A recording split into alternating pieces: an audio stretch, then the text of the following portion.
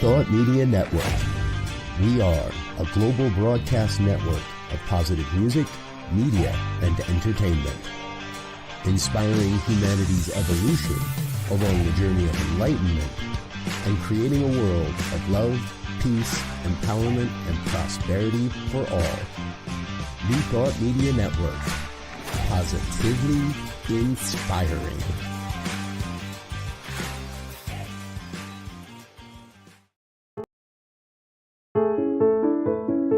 New Thought Media Network. We are a global broadcast network of positive music, media, and entertainment, inspiring humanity's evolution along the journey of enlightenment and creating a world of love, peace, empowerment, and prosperity for all. New Thought Media Network. Positively inspiring.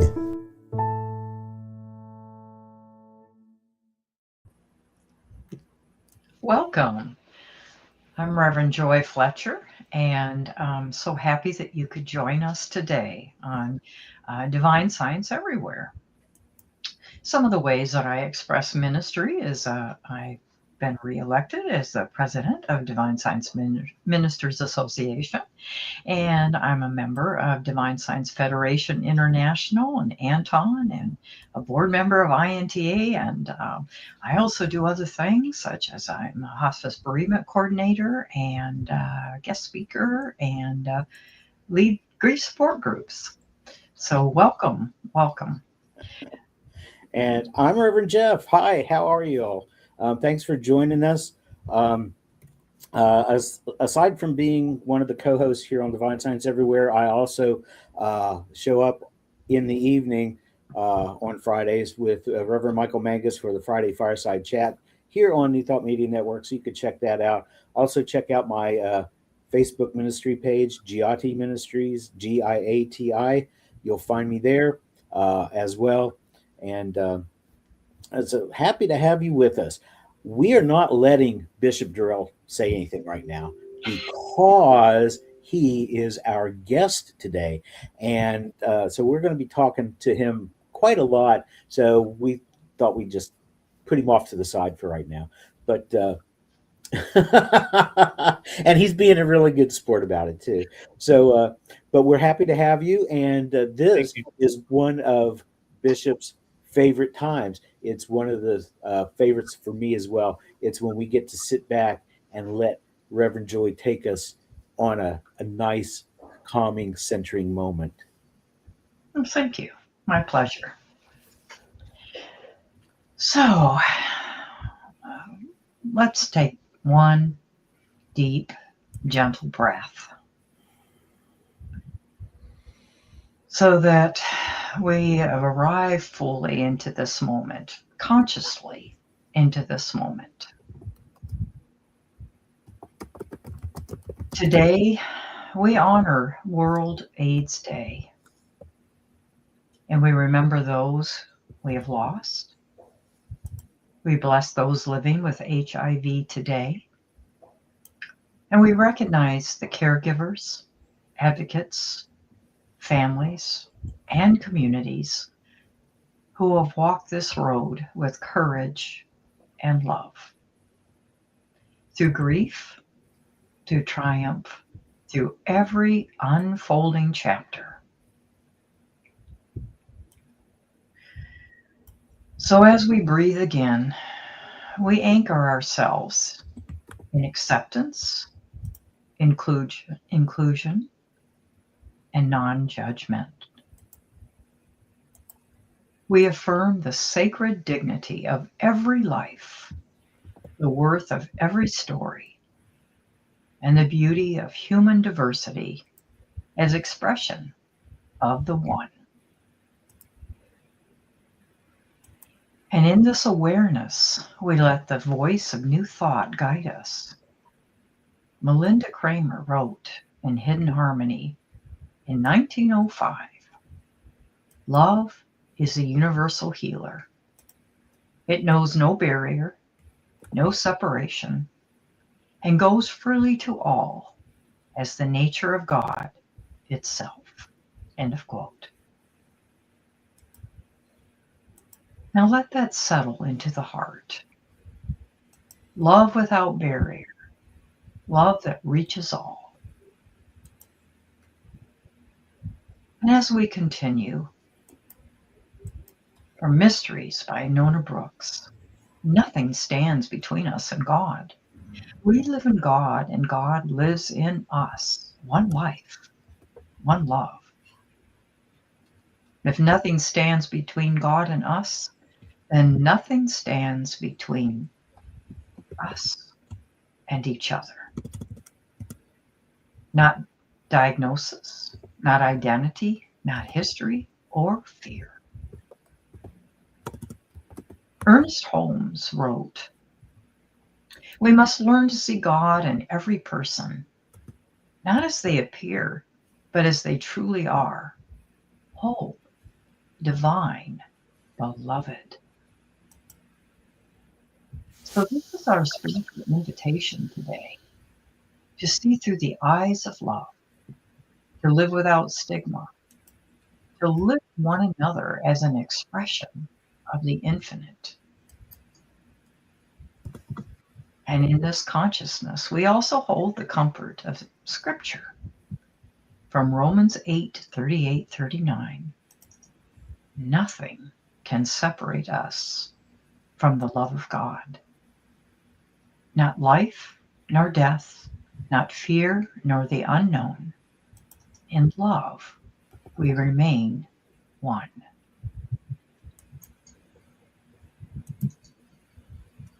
So let us remember it. Not illness, not circumstance, not the past. Love is what remains. Love holds, love restores. So as we breathe once more, in remembrance of those we have lost, for those who live and thrive, for caregivers, for survivors, for the world, we continue to see, experience, and hold in compassion. May this day renew in us a commitment to see the divine in every face, to lead with love, and to live as healers, to model our awareness that nothing can separate us from our source. We live and move and have our being in this omnipresence, which is absolute good and eternal life, in all, through all, as all. And so it is. And so it is. All right. We're going to let Bishop speak, just enough to take us into our commercial break. Well, it is time for a little break, and we're back in a couple of minutes. This is Divine Science Everywhere at News Thought Media Network.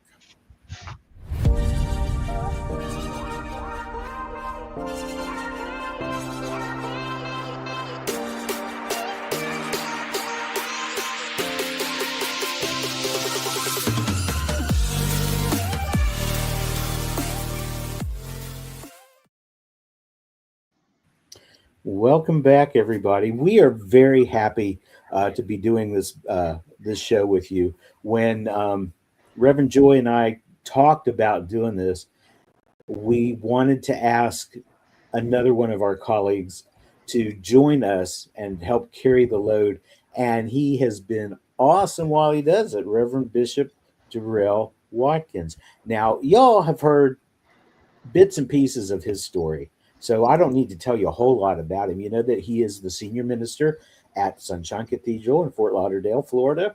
He's also the current president of Divine Science Federation International. He's a lifetime member of International New Thought Alliance.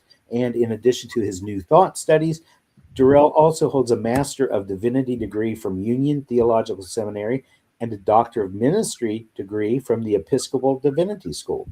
He's nothing if not overeducated. For today's show, which is remembering World's AIDS Day that occurs every year on December 1st, Bishop Durrell is speaking with us as someone who has lived well with an HIV diagnosis for 34 years.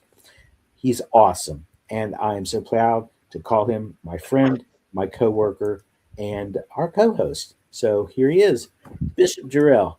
And I have a question that you have kind of sort of touched on in the past, but you didn't really go into it as much as I would have liked. And I'm going to ask you the same question I ask everybody else. How did you find New Thought? Actually, I was, I think, a freshman in college, and I love church. I always go to church, but I worked on Sundays at this barbecue restaurant, and so I worked various. I was in college, so I had to work these odd shifts, so nights, weekends, whatever, and I had to open up on Sundays, so I couldn't go to mass, I couldn't go to my church, and but right next door to the barbecue place was a Unity church. And so they had a service at 11 and my shift started at 12. They didn't end right at 12, but I could still get most of it and then just zip right next door. And so I went there because it was right there. And of course, I was pretty quickly hooked. And then I got more deeply into it when I moved to Dallas. That was in Arkansas. And then when I moved to Dallas, I had a sort of just a counseling need. And I looked for a New Thought minister and I found a religious science minister and I started seeing her and then taking her classes. And then when I moved to Florida, the person I was working with was a member of INTA. So I went to an INTA Congress and that's where I found divine science. And so I just kept stumbling into it. And so I've been in it since I'm like 18, 19, and I'm 59 now. So 40 years. And I guess it found me. That's wonderful. That's wonderful. And I love that combination of barbecue and Unity. It's so perfect. It is. It's a perfect Sunday. And then that's perfect too, about how we're led serendipitously to places that just where adventure and discovery waits for us. It's wonderful. I love that. It's a good reminder. Just trust. I just wanted to go to church somewhere, and then later I just needed a little bit of counseling, and then another time I just went to a little conference, and I just showed up these places, and it happened. And here you are. Ta-da! Yeah. So tell us more about you. Well, let's see. As a child, my family was a mixture of Southern Baptists, United Methodists, and Roman Catholics, and so I was innately religious, and I sort of just soaked up all of that. And then in college, after the Unity experience, which was just a convenience, but I took to it quickly. I transferred to another place, and I was going to a Catholic church, Sacred Heart, or I was trying to find it. I just went there, and I did go the first Sunday, but across the street was a church called St. Barnabas, and it was an Episcopal church, and I just thought, well, I'd like to see what that was about. And so I fell in love with that and became an Episcopalian. I was confirmed an Episcopalian. I wanted to be an Episcopal priest, but there was this thing about I always have to be brutally honest. And so I was out. I was gay and I was out. And this is the 80s. There were like 2 dioceses back there in the whole entire Episcopal church that would ordain out gay people. And mine was not one of them. And so then I wound up going to MCC, which was a denomination founded by and with a primary outreach to LGBTQ plus people. And I was already ordained then. Well, not quite ordained, I guess, because I'd already found that Unity church first. But and I was in the process of getting ordained when I found the religious science church. But I was fully ordained when I found divine science, and then got ordained again in divine science. So it was a complete just journey, just one thing and then another. And all of it, like I learned something in all of it and brought that into the next phase. And so, yeah, I'm divine science, but I'm Anglican divine science, and I'm humanist divine science, and I'm queer divine science. I'm divine science, but I'm all the things that led to divine science also. Right. Wonderful. So tell us about your journey and why you're passionate to share hope and inspiration with World AIDS Day. Well, I'm 34 years living with HIV, and which means 58% of my life so far, well over half my life so far, I have been living with HIV. And my second ministry, I was an interim lay pastor for about a year, and then right after that, I became an AIDS chaplain. I was still in theology school, and so for 3 years I was an AIDS chaplain, and then a little bit later I did that gig again at another place for about a couple of years.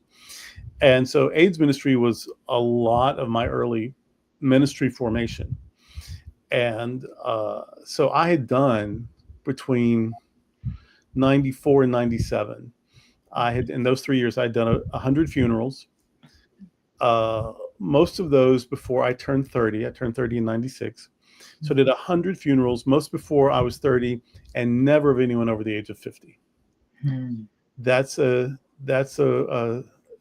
unique way to come of age. Well, it wasn't unique because that's just how it was back then. And so a lot of my passion is gratitude for having survived that time. And also, we didn't, because of that health issue at that time, the LGBTQ community, especially gay men, we lost a generation. Yes. And so I have this honor and responsibility and breaking new ground. I get to be the elder that we didn't have. Right. I'm 59. Nobody knew me by 59 back then. Or if you did, they were in ICU or they were in a hospice or whatever. So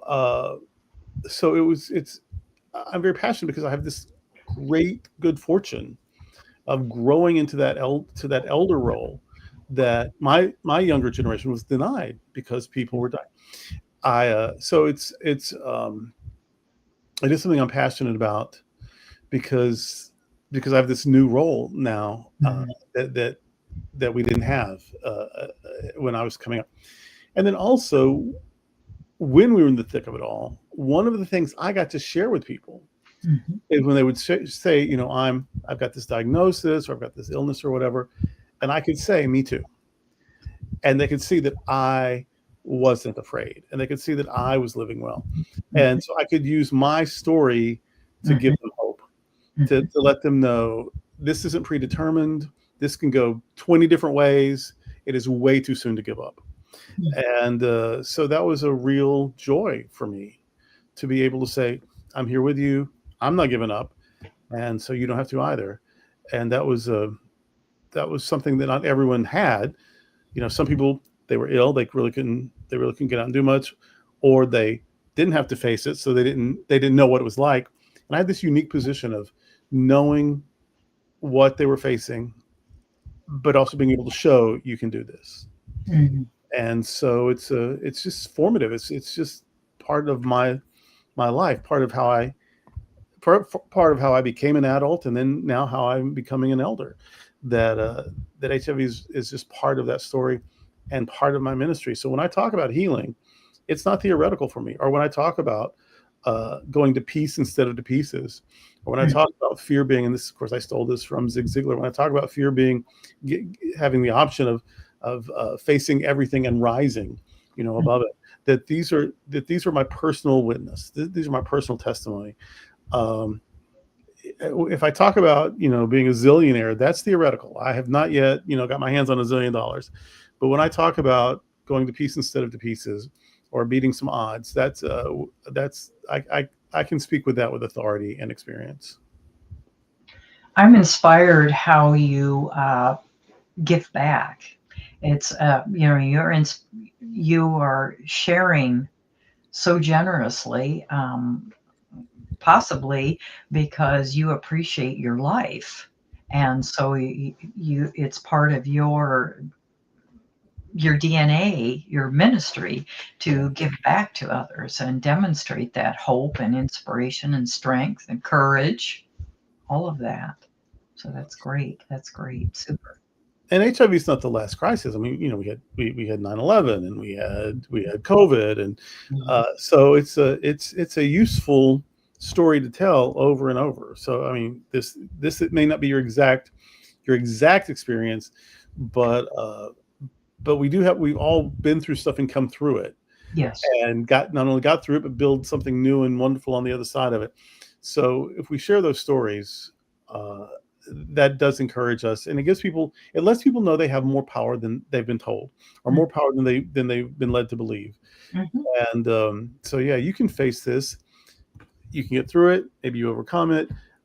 Maybe you find some way of using it to some great benefit or whatever. But whatever they told you in the doctor's office or in the employment office or at the weather service or whatever they told you, that was information. That was not the end of the story. That was information.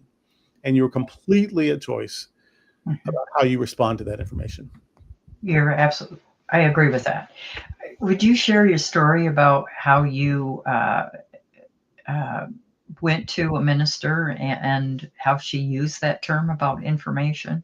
Oh, absolutely. I had a friend at the county health department, and I used to get tested all the time. And it just occurred to me, I just gotten busy, and I hadn't been tested in a while. I mean, more than a couple of years. And I used to get tested every few months, and now it's like I've let 2.5, 3 years go by. What happened? So I got tested, but I was a little worried about it because I'd gotten out of the habit, so it was no longer routine. So now there's some anxiety. But my friend at the health department came to my office. I was minister of a church, and he came to my office and he gave the test there. And I gave an anonymous name. We did anonymous testing back then, and I gave an anonymous name, and he did the testing right there. And so it was in a familiar and safe place with someone I knew and trusted. It made it nicer. And then when he came back a week or two later, I forget the timeline. I think maybe it was 1 week. When he came back with the results, they were positive. And he was sad, and I was strangely okay. And to this day, and I'm talking about this with my therapist right now, the sky is falling, and I somehow can face it, help other people face it, maybe even laugh through it, just be inappropriately gallows humory about it or whatever. Okay. But if I chip a nail or if I'm having a bad hair day, my life is ruined, and there's no reason to go on. And like I catastrophize things, yes, that are sort of minimal, while at the same time, when it's big, I somehow am able to face it, and even not even be that worried about it. So he was very sad, and I was like, well, this was always, it was going to be one way or the other, and this was always, chance, and this happens to people. And so I wasn't really that bothered then, but I would have moments after that. And so it wasn't too long. It might have been the next day even. I don't know. Certainly within a week. I called, when I told you earlier that I'd gone for some emotional support from a religious science minister. Well, I called her. And she didn't even start ministry school until she was 60. And she was in ministry until she was like 92. And then she finally retired and died at 93. But so she was like this, and I'm, in my, I'm not 30 yet. And so I called, so she had this sort of grandmotherly, certainly motherly, maybe even grandmotherly aura, energy. And I think it was part of her success. So everyone just loved Reverend K. And she wore flashy. She'd been a entertainment promoter back in a previous life. So she wore flashy clothes and big flashy glasses and a big updo wig and painted like a drag queen and had perfect nails and a ring on every finger. She was that lady. And so you call drag queen, Tammy Faye of New Thought, Granny Reverend. And I told her, this is what's happened. I've tested positive. And I'd heard her tell stories before of healing. She told the story about these twins that were born, and one was fine, but the other one was circling the drain from the beginning, almost no chance. And instead of saying, going in and saying a prayer, oh God, please, fix this or whatever. Of course, that's not the New Thought way. But she didn't even go through a 5 or 6 step treatment. She just talked to the baby, and she said, there are people, if you want to move on, the next world's fine, and you'll do great there, But if you want to stay, you've got people who are loving you. You'll get just as much love as your twin sister. Your parents would love you to stay. You're not going to be alone, and you're going to be okay here too. So if you go, you're okay. If you stay, you're okay. But if you choose to stay, we're here for you, and we'll just love you. So glad you do stay. And that baby got better, and those twins did not have to be separated by death. And she told another story of a woman with cancer. She had a midweek healing service every week, and she came to the healing service, and she would sort of, as she was led, like she would give a blessing to each person. She didn't have a formulaic blessing or the same one treatment for everybody. They would come up, and she would give the blessing that person needed. And when this woman came up, her hair was gone. She wrapped up in a scarf and all that. And her blessing to this woman was, "I love you with the love of God." Mm-hmm. And that woman went into remission. Mm-hmm. So yeah, she's who I called. You know what I mean? Because I'm gonna get this special word, right? And she's gonna make me feel good. She's gonna tell me I'm loved with the love of God, or that I can choose to stay, and I'll have good, I'll have a support system or whatever. She's gonna tell me these sweet words, and so I'm waiting for it. So I'm like, this is what happened, and her response to me was, "Oh, darling, that's just information." Okay, you were way sweeter with these other stories. We're gonna have a hug and a tear. I mean, we're on the phone, but still I'm imagining like just a big old squeezy hug, and she's gonna commiserate. And no, she had no time for that. I said, "Oh, darling, that's just information. Now, what are we gonna do with it?" And it kept me from being afraid, and it empowered me. It's like, oh yeah, this is what it is. Mm-hmm. What am I gonna do about it? Right. Well, her assistant was also HIV positive. And he did this weekend retreat that I went to, and it was called AIDS as a Healer. Mm-hmm. Not from AIDS, but AIDS as a healer. And one of the exercises that we did there was he asked us to write a letter to AIDS. Mm-hmm. And that sounds kind of cheesy, but I paid for the retreat. I'm there anyway. So I did. I wrote a letter to AIDS. And I sort of offered this detente with the virus, because I said, you're doing what you're doing to survive, and I want to survive. But if you knock me off, you don't survive. You need a host, and I'm it. And so you need me, and I need you not to take me out if I'm going to stick around, and you need me to not drop dead if you want to stick around. So let's work this out. So I write this letter, and I offer this detente that, okay, you won't be too mean to me, and I won't regret you. I certainly had a good time getting you, and we're just both wanting to survive. So let's just don't be mean to each other, and we'll figure out a way to live together with this. Mm-hmm. I even talked about my body being a comfortable home. It's a line from Rent, that my body is a comfortable home for the human immunodeficiency virus. And so if I'm going to be a comfortable home, she could be a pleasant guest. Mm-hmm. And as I said in my talk this Sunday, so far, these 34 years, we have both kept to that agreement. So that was a very sort of healing way. So I just learned these ways, because of good teachers, to go to peace instead of to pieces. That's actually a line. I use it all the time. People think it's mine. I actually got it from Reverend Kay. She used to say that all the time.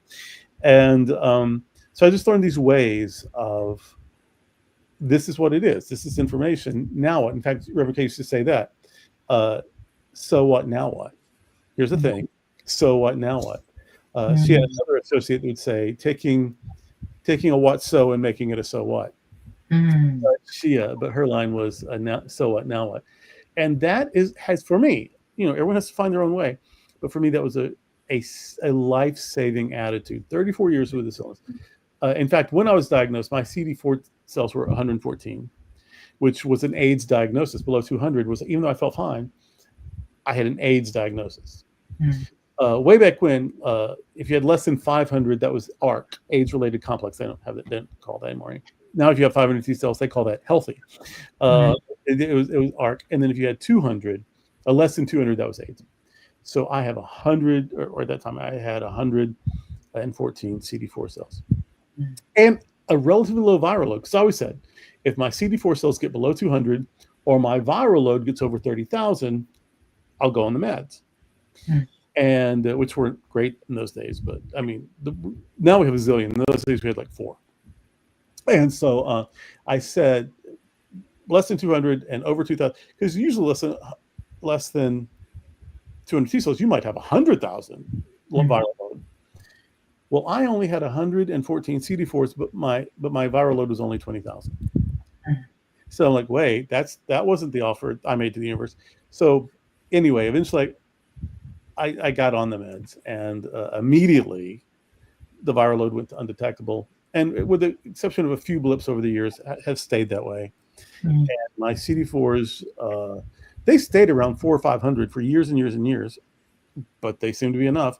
And these days, they're usually over 600, sometimes even over 700. You probably have 1,100, 1,200, but still, I'm better than I've been in 30 years with the CD4 cells, and I remain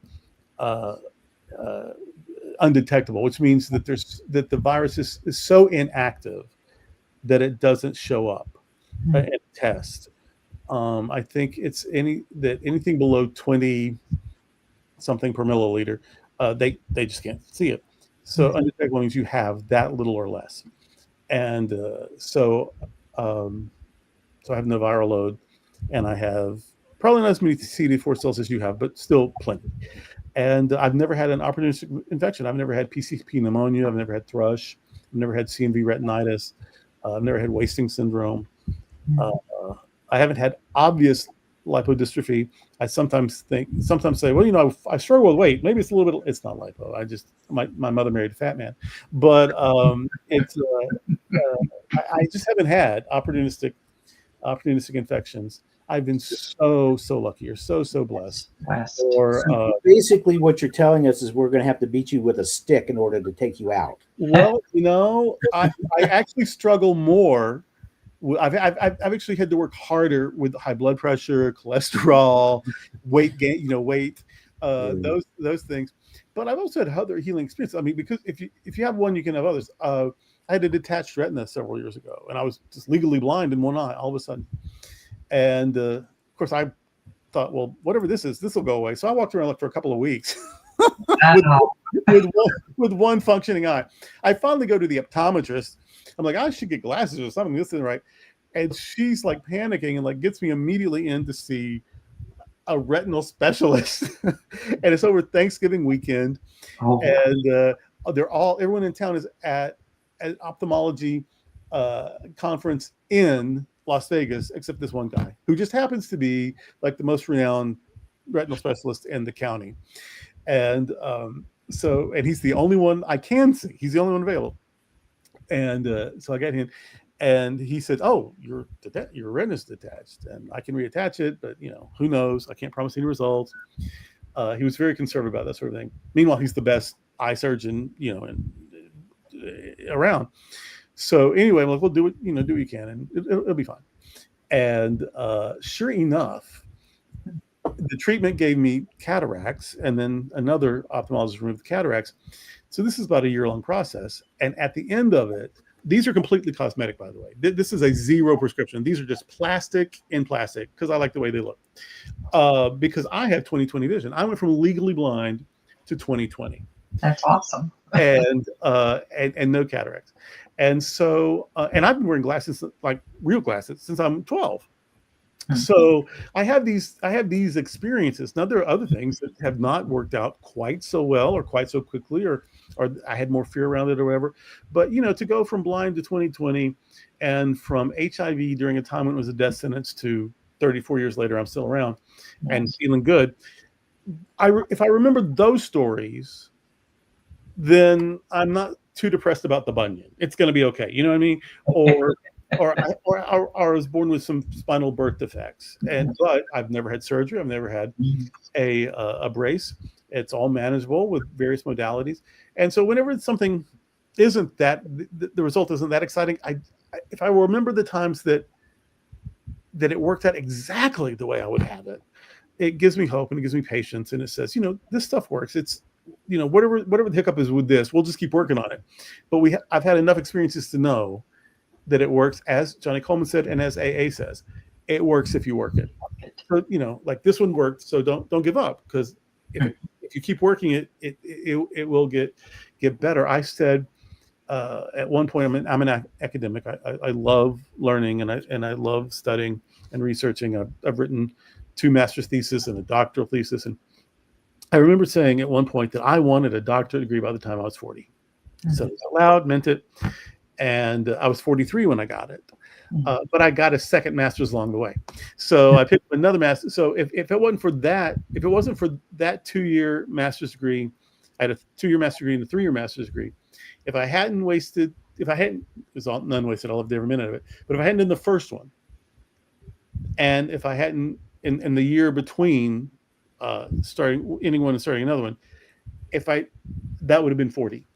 You know what I mean? So, but I chose to do more, and so it became at 43. So I got it. I got the doctorate. I got it. I got an extra master's along the way, and all within 3 years of my goal. And another time, Robert and I, we lived in the Northeast. We were on vacation in Florida. We were in January kayaking, which you couldn't do in Massachusetts and New York, where we had 2 homes, and we basically lived on Amtrak.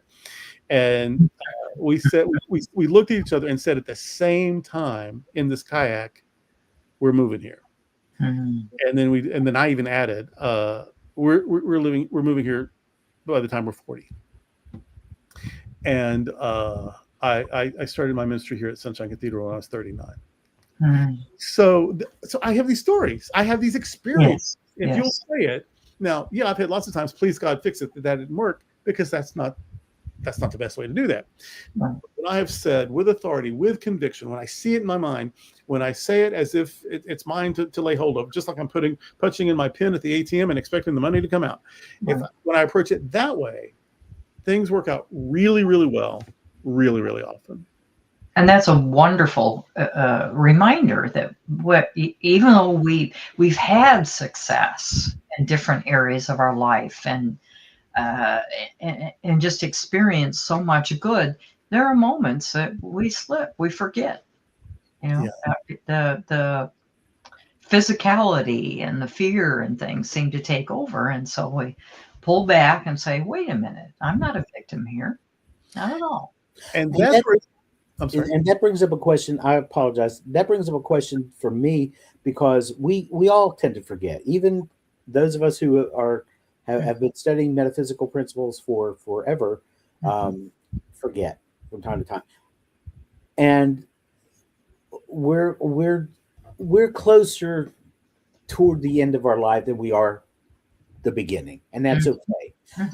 I've noticed with a lot of people who are not New Thought, but even some New Thought people, they tend to claim their illness or their condition or whatever.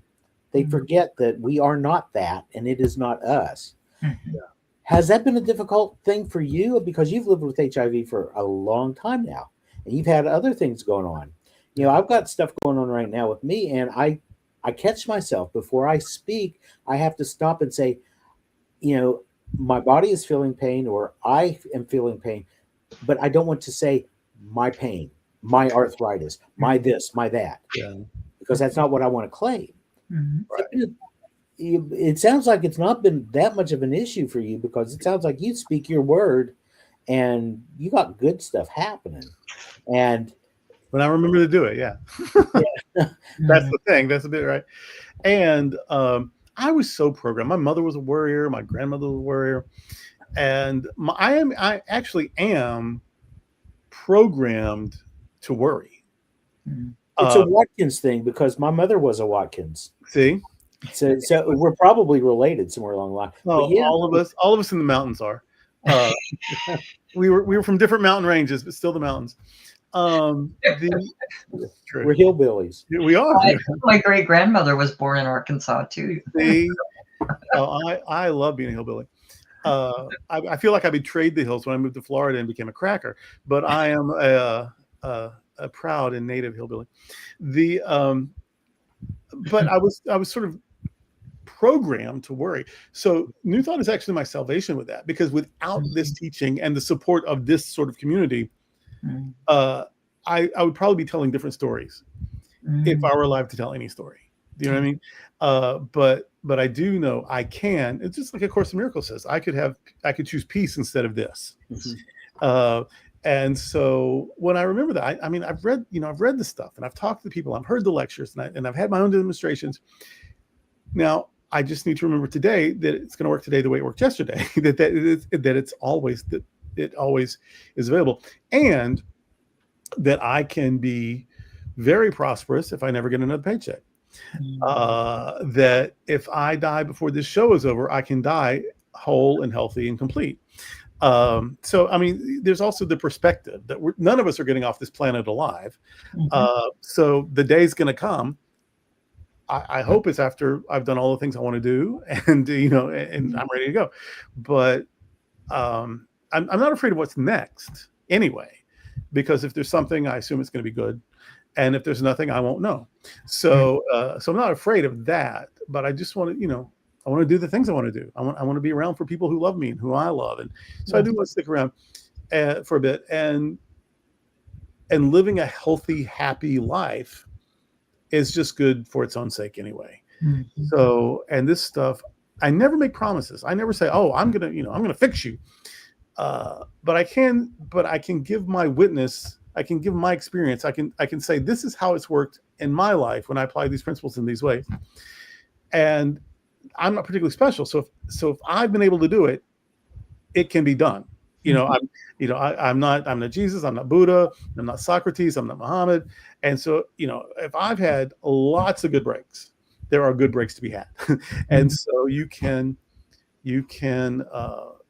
work on that. Now, and what's been very helpful to me is specifically divine science ideology, which is that and Nono says this, that we always go back to our basis, omnipresence. We always go back to our basis, omnipresence. And if God is omnipresent, everywhere evenly present, if God is fully everywhere evenly present, what else is there?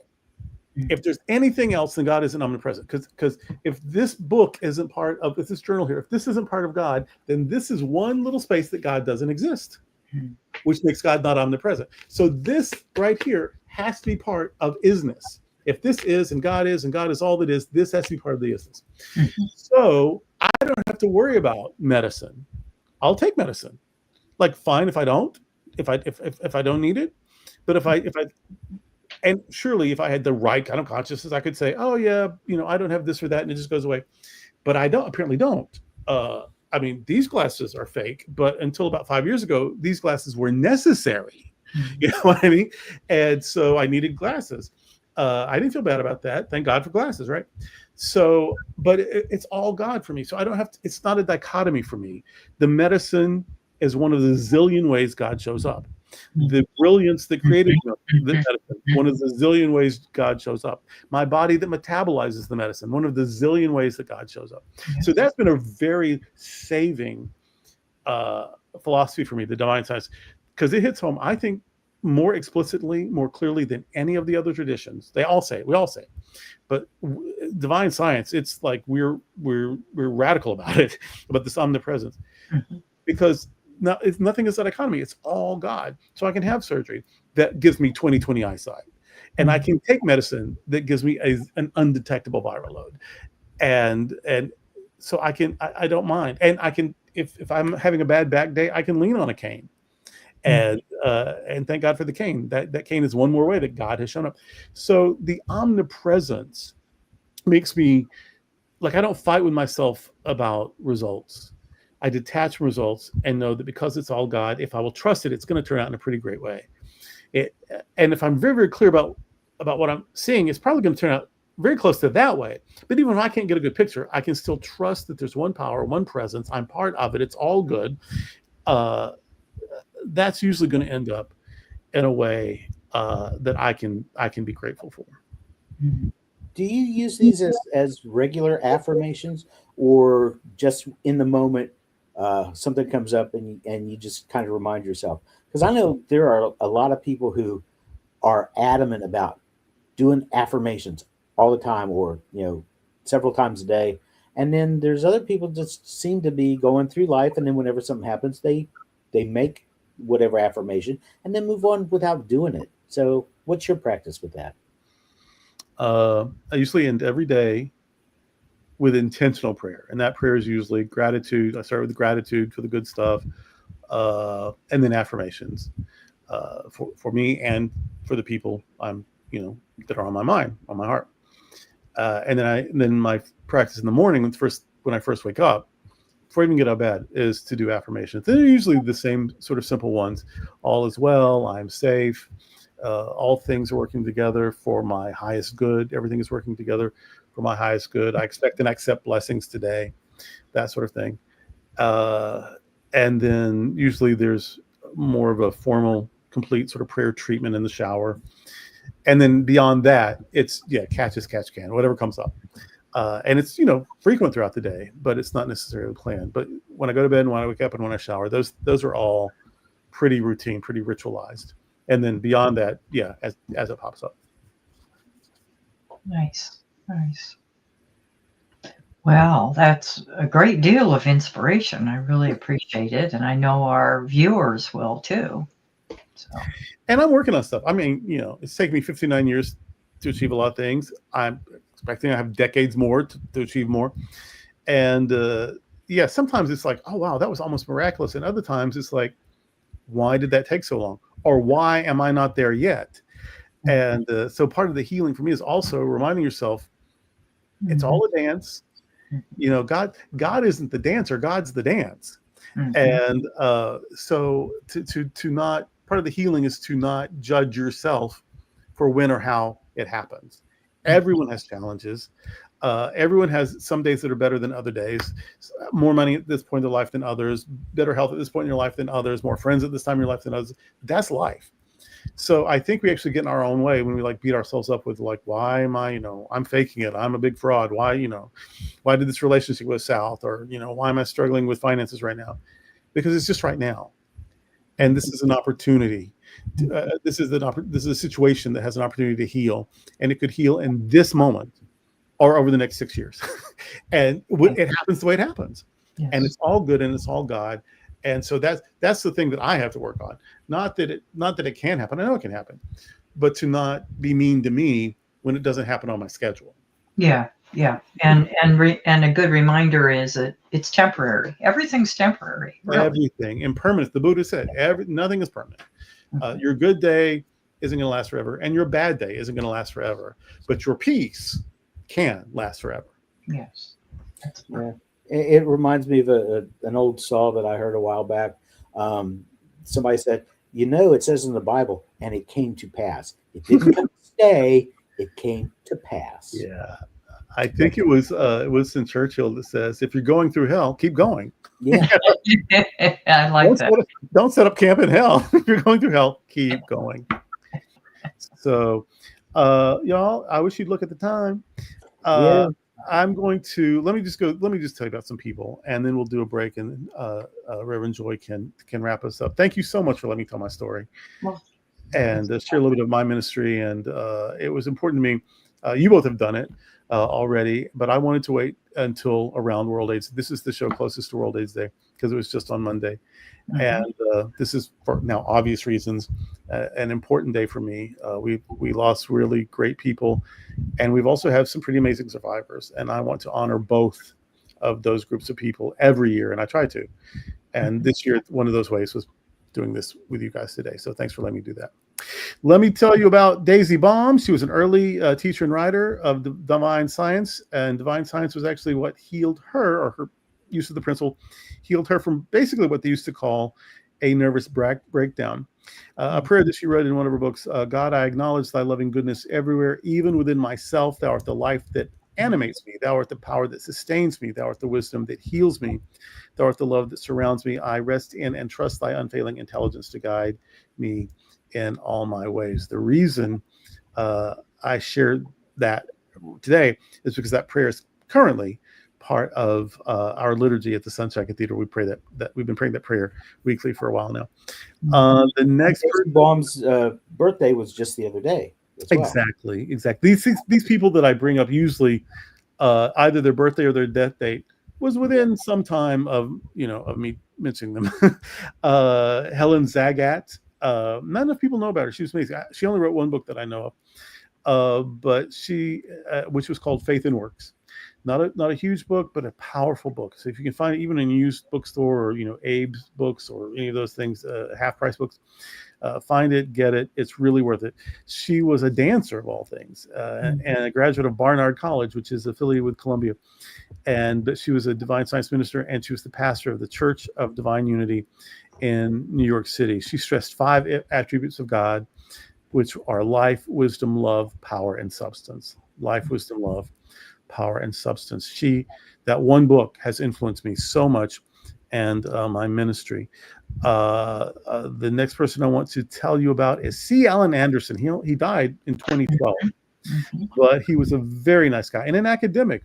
He was a process New Thought philosopher, combining process philosophy, Whitehead's process philosophy, with New Thought. And in fact, he wrote his PhD dissertation at Boston University on Horatio W. Dresser and the philosophy of New Thought.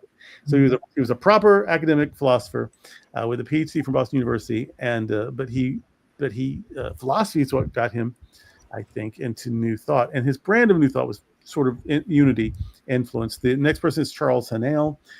He was the author of the Master Key system, and a lot of his work is used in The Secret.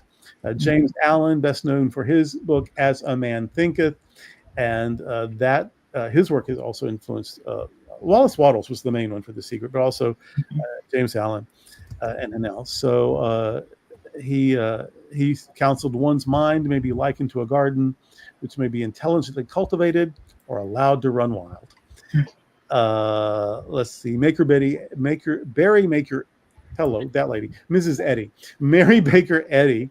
She died in 1910. She, of course, is the founder of Christian Science, the author of Science and Truth with Key to the Scriptures. She was influenced by Parkhurst Quimby, Phineas Parkhurst Quimby, though she later in her career denied it, but she clearly was.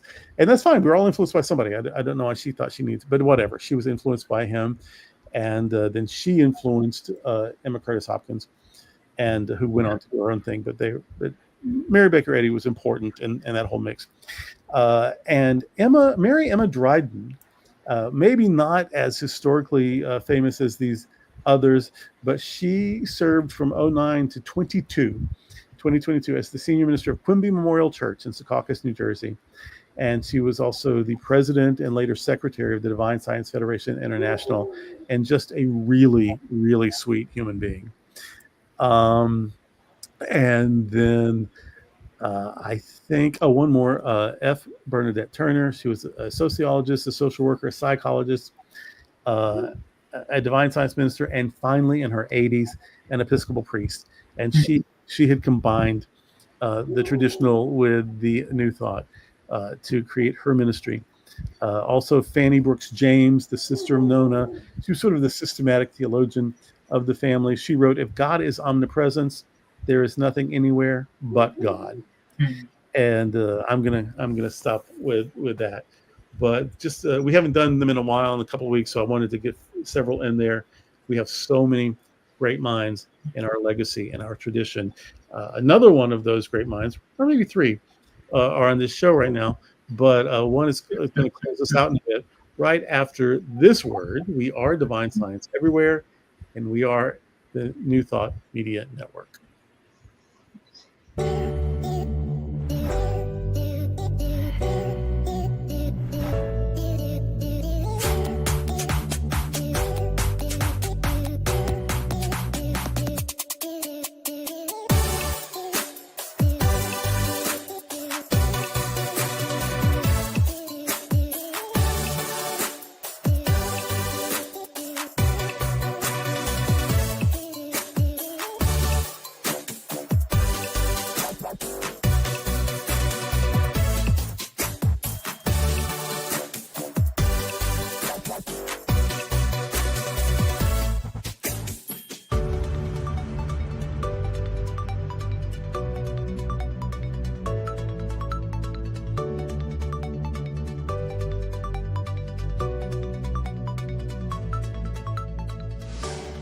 Please help us say thank you to our organizational sponsors, including the Hefferland Foundation, Affiliated New Thought Network, International New Thought Alliance, Science of Mind Archives and Library Foundation, Center for Spiritual Living Denver, Center for Spiritual Living Midtown, New Thought Philadelphia, Planned Happiness Institute, Summit Center for Spiritual Living, One Heart Retreats, Center for Spiritual Living on the Lake, Unity Kitchener, Unity Spiritual Center Ottawa, Om Center for Spiritual Living, Satya Center, Begin Within Ministries, Center for Spiritual Living North Jersey, Unity of Savannah, and the Center for Spiritual Living Seattle,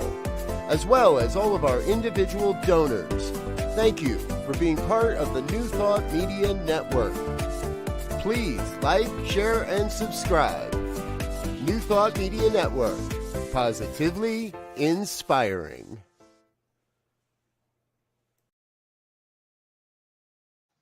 Well, You know what? I realized that I was very sort of monologue-y today. I apparently had a lot to say. So if either of you have like something to say, something to add, something to observe, Joy's always very quick at the end. I always think, oh, we have, but she doesn't like a minute or two. So if either of you want to, I'm sorry I was so chatty, but if either of you want to say something. We're used to you by now. Well. No, perfect as far as I'm concerned. So thank you. Yes, thank you. Yes. The time just flew by. Interesting, fascinating. And next week, our guest is Reverend Suzanne Carter, and she is a unity minister as well as a relationship coach and a grief recovery specialist. And so that should be very interesting. And the following week, the three of us are engaging in a metaphysical discussion about the symbols for the holiday season, Christmas. And then the last Friday of the month, we are replaying Reverend Dr. Raymond Anderson. And then be sure to join us on the first Friday in January as the three of us talk about the metaphysics of new beginnings. So all of them should be fun, and we really appreciate that you're joining us, and make sure you like and share us, and we'll see you next time. And remember, this is Divine Science Everywhere, and that omnipresence is always, always there, always, always, in all, through all, and as all. So we'll see you later on New Thought Media Network. Bye-bye. Bye.